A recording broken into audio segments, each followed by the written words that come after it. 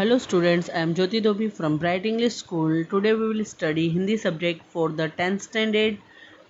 आज हम पढ़ेंगे चैप्टर नंबर 8 सुधा मूर्ति। ये एक संकलित है सुधा मूर्ति की जीवनी में से लिया गया है। सुधा मूर्ति महिलाओं के लिए प्रेरणा मूर्ति है। मतलब सुधा मूर्ति एक कैरेक्टर है जो क्या है, महिलाओं के लिए प्रेरणा, मतलब वुमेन्स को उनसे क्या लेनी चाहिए, प्रेरणा, यानी कि इनसे उन्हें प्रेरणा लेनी चाहिए, है ना, उनसे सीख लेनी चाहिए।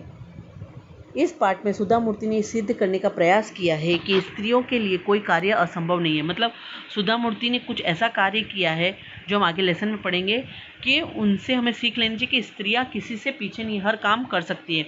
उन्होंने इंजीनियर के रूप में कार्य किया, बाद में संशोधन तकनीकी क्षेत्र, मतलब इंजीनियर बनी, उसके बाद उन्होंने संशोधन तकनीकी मतलब टेक्नोलॉजी में भी काम किया है, चिकित्सा में काम किया, लेखन के क्षेत्र में लिखने में भी काम किया, योगदान दिया है। महिला सशक्तिकरण के क्षेत्र में आपका योगदान महत्वपूर्ण है। अब महिला के सशक्तिकरण मतलब वुमेन्स को एम्पावरमेंट देना, उनमें भी उनका योगदान है। इस पाठ में स्त्रियों के लिए कार्य क्षेत्रों की कोई सीमा नहीं बताई गई। मतलब कोई कार्य क्षेत्र में डिवाइडेशन नहीं कि मतलब ये वुमेन्स नहीं कर सकती है, मेल ही कर सकते हैं, ऐसा उन्होंने कहा है। तथा वे हर कार्य में कुशलता प्राप्त कर सकती है, मतलब हर काम को कर सकती है, चाहे वो मैन का हो चाहे वुमेन का, मतलब कोई डिफ्रेंशिएशन नहीं है, सब कर सकते हैं। इस बात पर जोर दिया है। इस कृति का यह संदेश है कि जाति और लिंग के बीच कोई भेदभाव नहीं रखा जाए। मतलब जाति कोई भी कास्ट का हो या कोई सा भी लिंग हो, यानी मतलब मेल हो फीमेल हो, हर कोई काम कर सकता है। अब नेक्स्ट आगे हम पढ़ेंगे। अप्रैल 1974 की बात है। बेंगलोर में गर्मी पड़ने लगी थी।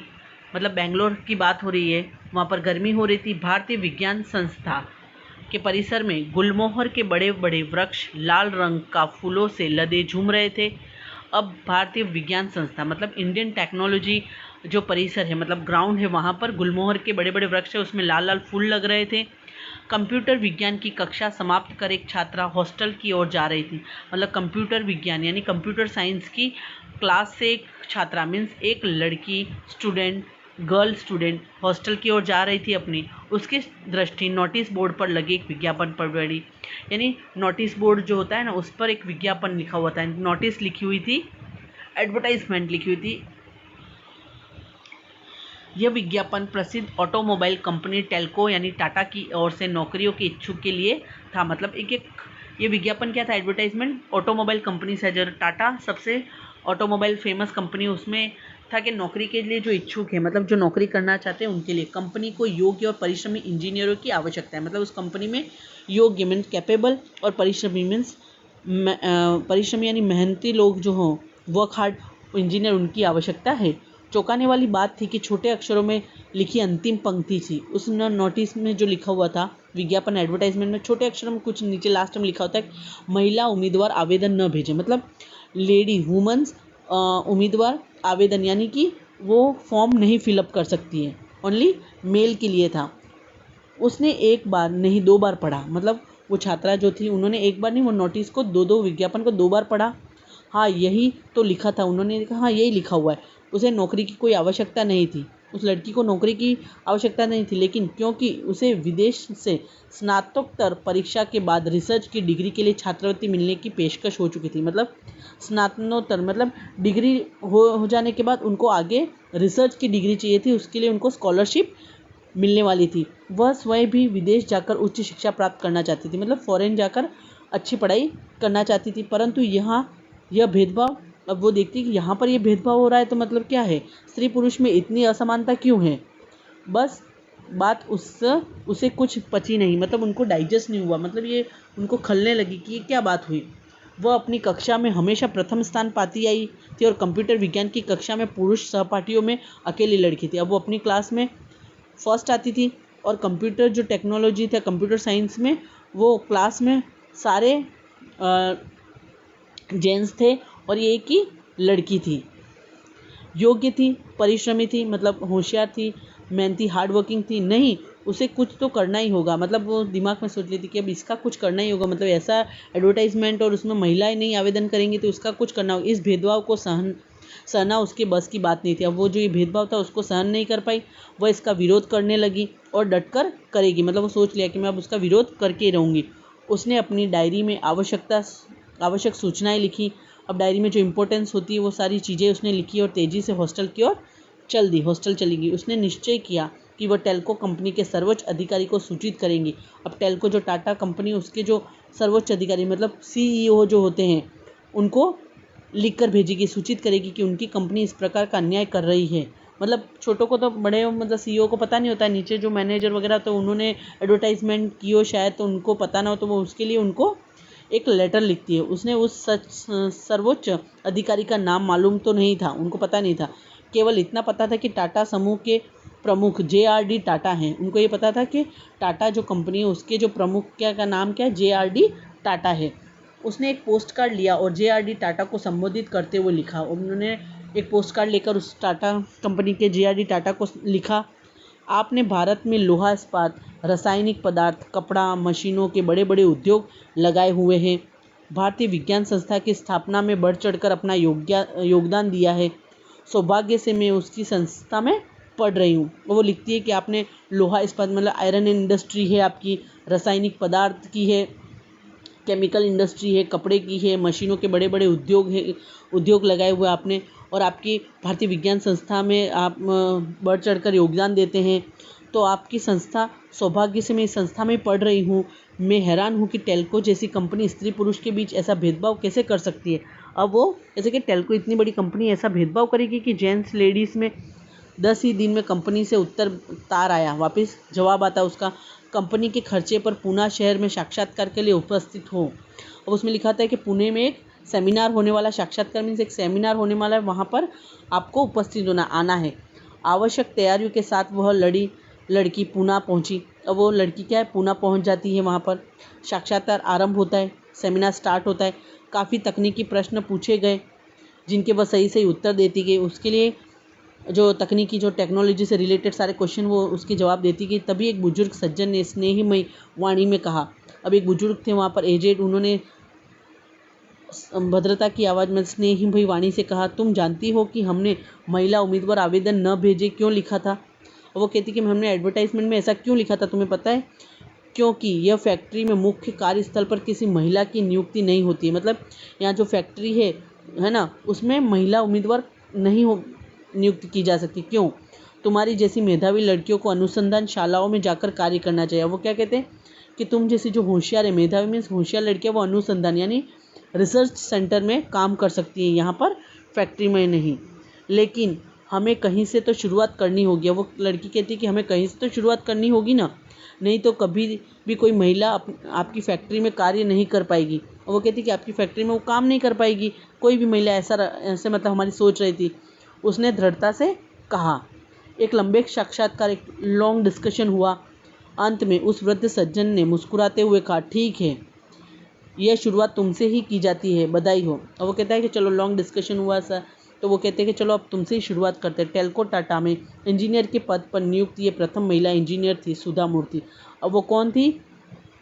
सुधा मूर्ति थी, सुधा कुलकर्णी। अब उनका पूरा नाम था सुधा कुलकर्णी का विवाह टेल्को में ही कार्यरत श्री नारायण मूर्ति के साथ हुआ। अब टेल्को की कंपनी में एक व्यक्ति थे श्री नारायण मूर्ति, उनके साथ उन्होंने विवाह शादी कर ली, मैरिज। 8 वर्ष बाद टेल्को को अपनी सेवाएं देने के बाद 8 साल तक टेल्को कंपनी में उन्होंने सेवाएं दी। बाद में 1982 में उन्होंने अपने पद से त्यागपत्र दे दी। अब उन्होंने 8 वर्ष तक टेल्को को अपनी सेवाएं देने के बाद, अब 8 साल तक उन्होंने टेल्को कंपनी में अपने काम किया। बाद में 1982 में उन्होंने अपने पद से त्यागपत्र दे दिया, मतलब रिज़ाइन दे दिया 1982 में, और बेंगलुरु में अपने पति श्री नारायण मूर्ति के साथ इन्फोसिस कंपनी खोली। और बेंगलुरु में जाके उन्होंने अपने हस्बैंड के साथ इन्फोसिस कंपनी खोली। फिर दोनों ही मेहनत और लगन से इन्फोसिस ने दिन दूनी रात चौगुनी उन्नति कर ली। अब दोनों ने इतनी मेहनत की कि वो इन्फोसिस कंपनी बहुत बड़ी कंपनी बन चुकी है। सुधा मूर्ति 1996 में इन्फोसिस फाउंडेशन की चेयरपर्सन बन गई, और 96 में उन्होंने इतना बड़ा हो गया तो वो क्या बन गई? चेयरपर्सन बन गई। इस फाउंडेशन के माध्यम से वे सामाजिक विकास के अनेक कार्य कर रही हैं, और इस फाउंडेशन के द्वारा सामाजिक यानी सोशल डेवलपमेंट हो रहा है। उन्होंने कर्नाटक राज्य में सभी सरकारी स्कूलों में एक कंप्यूटर और लाइब्रेरी की योजना बनाई और उसके कार्य रूप दिया। अब कर्नाटक में उन्होंने सभी सरकारी जो स्कूल थे उसमें कंप्यूटर दिए और लाइब्रेरी भी बनवाई गई। सुधा मूर्ति ने स्वयं को अब पूर्ण रूप से समाज सुधार के लिए समर्पित कर दिया। अब सुधा मूर्ति क्या हो गई? पूर्णतः समाज सुधारक, मतलब सोशल समाज को मतलब सुधारना है, सोशल अपलिफ्टमेंट करना है। बेल्लारी, बीजापुर, हुबली आदि के अस्पतालों को उच्च तकनीकी चिकित्सा उपकरण उपलब्ध करवाए। अब ये जो गांव है बेल्लारी, बीजापुर, हुबली, वहाँ पर अस्पतालों में उच्च टेक्नोलॉजी में अच्छी टेक्नोलॉजी हॉस्पिटल में लाए गए। कांची में कैंसर अस्पताल, औरंगाबाद, बेल्लारी, गुलबर्ग, पट्टुमंडाई, बेंगलुरु आदि में चिकित्सा सहायता तथा उस्मानाबाद जिला में, उड़ीसा के कालाहांडी और आंध्र प्रदेश से सूखा पीड़ित क्षेत्र में राहत कार्य करवाए उन्होंने। जहाँ उड़ीसा में कालाहांडी और आंध्र प्रदेश में जो सूखा हुआ था, पड़ गया था, वहाँ जो लोग पीड़ित हुए थे वहाँ राहत कार्य भिजवाए गए। उनके अथक प्रयास से कर्नाटक के 800 से अधिक गाँव में कंप्यूटर शिक्षा पर 1 करोड़ रुपया लगाया गया। उन्होंने अथक प्रयास के बहुत मेहनत करने के बाद कर्नाटक में 800 गाँव में 800 जो गांव है वहाँ पर कंप्यूटर शिक्षा 1 करोड़ रुपया लगाकर किए गए और 3000 से अधिक पुस्तकालय खोले गए, लाइब्रेरी खोली गई। उन्होंने गरीब बच्चों को सहायता दी, स्कूलों की इमारतों का निर्माण करवाया, अधिकतम अंक लाने वाले बच्चों को छात्रवृत्ति दी गई और गाँव में लगभग 300 कंप्यूटर वितरित किए गए। फिर उन्होंने 13 पुस्तकों की लेखिका सुधा मूर्ति को उनके कार्यों के लिए अनेक पुरस्कार भी दिए गए। 13 पुस्तकें लिखी उन्होंने खुद ने, उस कार्यों के लिए उनको पुरस्कार दिए गए, जिनमें से प्रमुख हैं कर्नाटक राज्योत्सव पुरस्कार, ओजस्विनी पुरस्कार, मिलेनियम महिला शिरोमणि पुरस्कार, woman of the year 2002, FM radio द्वारा राजलक्ष्मी पुरस्कार आदि इनको अवार्ड ऑनर किए गए।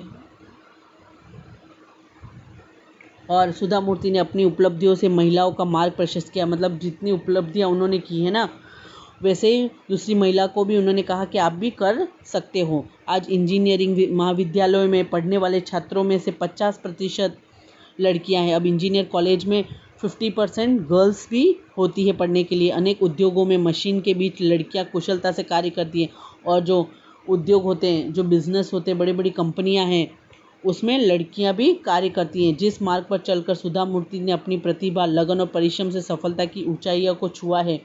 अब जिस तरह से सुधा मूर्ति ने जो मार्ग अपनाया था इंजीनियरिंग का, उसी प्रतिभा और लगन से, परिश्रम से सफलता उनको मिली है।